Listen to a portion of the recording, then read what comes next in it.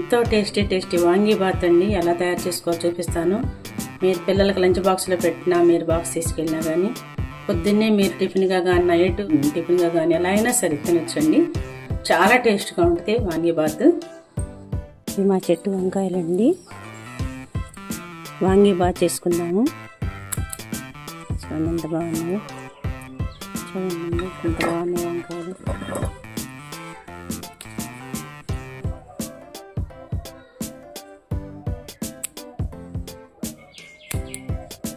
చూడండి ఎంత బాగున్నాయి వంకాయలు. వాంగీబాత్కి వంకాయలు రెడీ అండి. సూపర్గా ఉన్నాయి.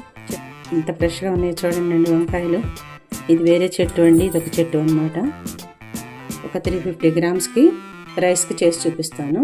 లేకోకుండా రైతా కానీ కూరలు ఏమీ లేకుండా వాంగీబాత్ డైరెక్ట్ తినేయచ్చు అనమాట. చాలా బాగుంటుంది.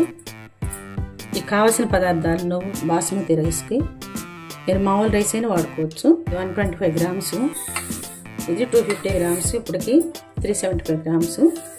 1.5 చొప్పున 3 కాను 4.5 పోయాలండి. 4.5. ఈ విజిల్ వచ్చేటప్పుడు ఆపేసేయాలి.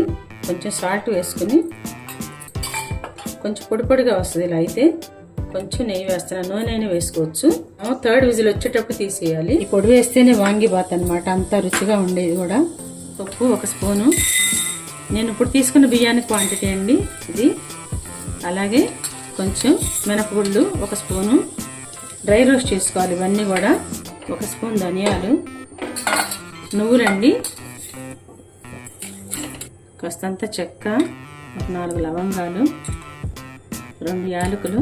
అన్నీ బాగా డ్రై చేసి చక్కగా మంచి సువాసన వచ్చేదాకా వేయించుకుని మిక్సీ పట్టుకోవాలి. ఈ పొడేనండి ఆ వాంగీబాత్కి చాలా టేస్ట్ ఇస్తుంది అనమాట.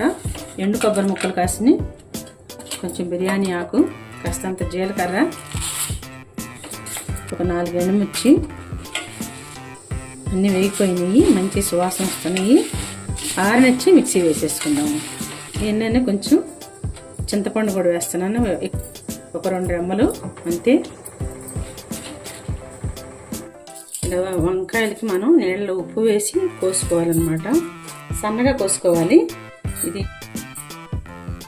ఇలా అన్నీ కూడా ముక్కలు కోసుకొని రెడీ పెట్టుకున్నాము.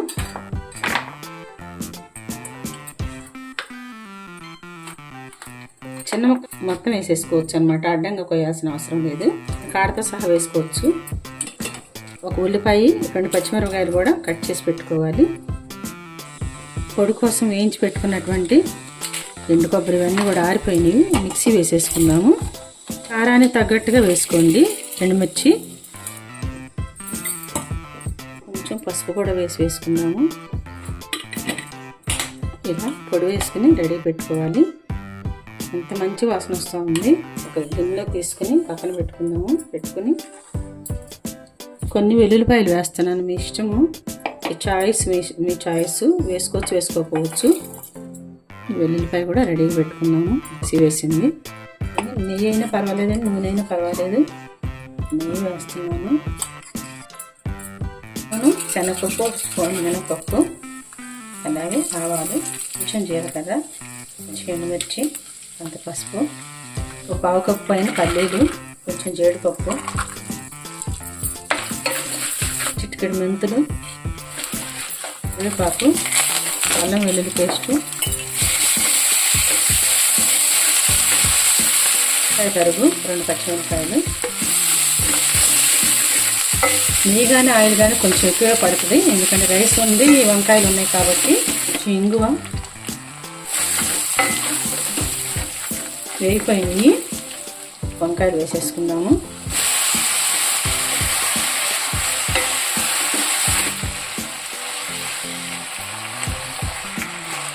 ఒకటిన్నర స్పూన్ ఉప్పు వేసాను.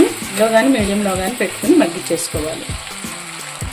మూత పెట్టి మగ్గించుకుందాము. ఉల్లిపాయకి కొంచెం మగ్గేదాకా కూడా సిమ్లో పెట్టుకుందాము. పైన మిక్సీ వేసుకునేటువంటి కొంచెం వెల్లుల్లిపాయ కూడా వేస్తున్నాను. అల్లం వెల్లుల్లిపాయలు పెద్దగా ఎక్కువ ఉండదు, కొంచెం ఉంటుంది. ఉడికిపోయింది, మగ్గిపోయింది. ఈ పౌడర్ వేసేద్దాము. మనం ఇందాక మిక్సీ పట్టుకున్నాం కదా వాంగీబాత్ పౌడరు, సరిపోను వేసుకోండి.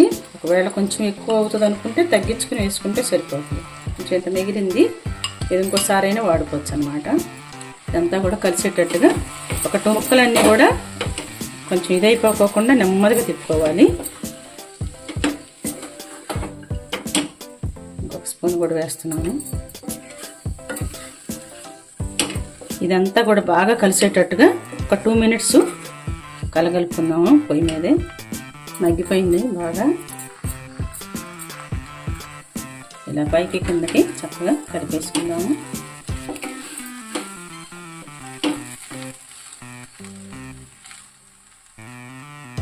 చూడండి, ఇలా మొత్తం కలిసేటట్టుగా కలిపేసుకోవాలన్నమాట. పూర్తిగా కలిసిపోవాలి.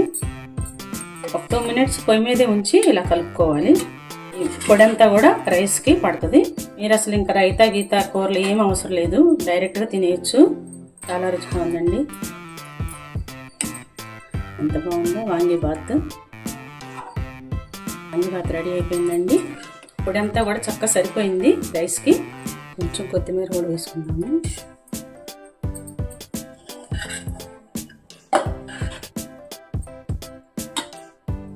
చూడండి ఎంత బాగుందోనండి.